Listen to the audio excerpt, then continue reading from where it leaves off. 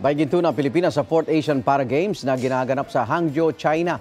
Ang kauna-unang ginto na yan ay ambag ni para swimmer Ernie Gawilan matapos siyang maghari sa men's 400 freestyle S7 event. Una na rito nagawagi ng bronze si Gawilan men's 200 meter, 1 meter SM7 event. May unang silver na rin Pilipinas na handog naman ang para swimmer na si Gerald Mangliwan. Napanalunan niya ang medalya sa men's 100 meter, T52 event ng swimming.